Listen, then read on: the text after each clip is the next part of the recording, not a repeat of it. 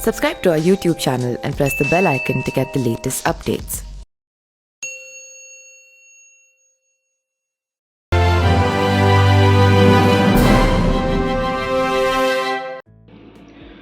नमस्कार, मेरा नाम पिंटू सिंह यादव है और आप देखना शुरू कर चुके हैं न्यूज लाइव। दोस्तों, राष्ट्रीय लोकतांत्रिक गठबंधन यानी कि एनडीए के भीतर लोजपा रामविलास के राष्ट्रीय अध्यक्ष चिराग पासवान की राजनीतिक दिशा अभी तय नहीं हो पाई है।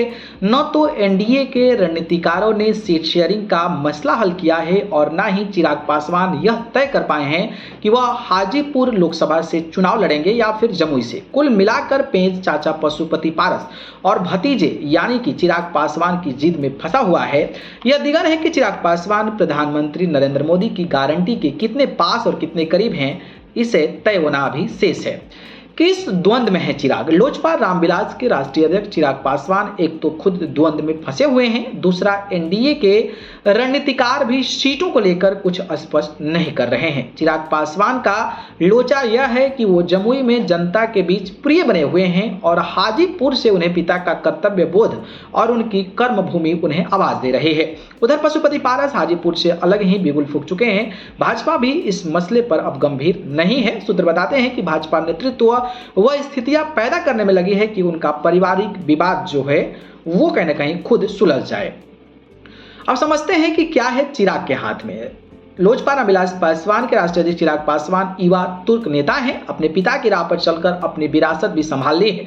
दूसरी ओर नरेंद्र मोदी के हनुमान भी हैं। वर्ष 2020 में उन्होंने अपना रूप दिखाया और नीतीश कुमार की पार्टी जदयू को पार्टी नंबर 1 से पार्टी नंबर 3 जो है वो बना दिया। यह चिराग पासवान के द्वारा नीतीश कुमार को दिया गया एक ऐसा जख्म है जो रह रहकर उन्हें सालता रहता है। अब तक जो चिराग पासवान का राजनीतिक चरित्र दिखा है वो आक्रामक तेवर है। भाजपा के रणनीतिकार भी जानते हैं कि दलित नेता रामविलास पासवान के वोटर के वारिस चिराग पासवान हैं। ऐसे में भाजपा कोई निर्णय नहीं करेगी जो चिराग को आक्रामक रुख अपनाने के लिए प्रेरित कर दे। सूत्रों की माने तो ज्यादा राजनीतिक दबाव झेलने की स्थिति में चिराग नहीं है। उनके पास एक ऑप्शन महागठबंधन में जाने का भी बन सकता है। वैसे भी राजनीतिक गलियारों में तेजस्वी यादव और चिराग पासवान के संपर्क की चर्चा होती है। भाजपा भी सचेत है। वैसे भी भाजपा नहीं चाहेगी कि चिराग पासवान इंडिया गठबंधन की तरफ बढ़े। भरसक मोदी के अनुमान को मोदी ही संभालेंगे। फिर भी भाजपा हमेशा से वैकल्पिक व्यवस्था को लेकर चलती है। चर्चा यह है कि वैकल्पिक व्यवस्था को लेकर भाजपा के भीतर 2 नाम है। पहला नाम स्मृति पासवान का है और दूसरा नाम संजय पासवान का है।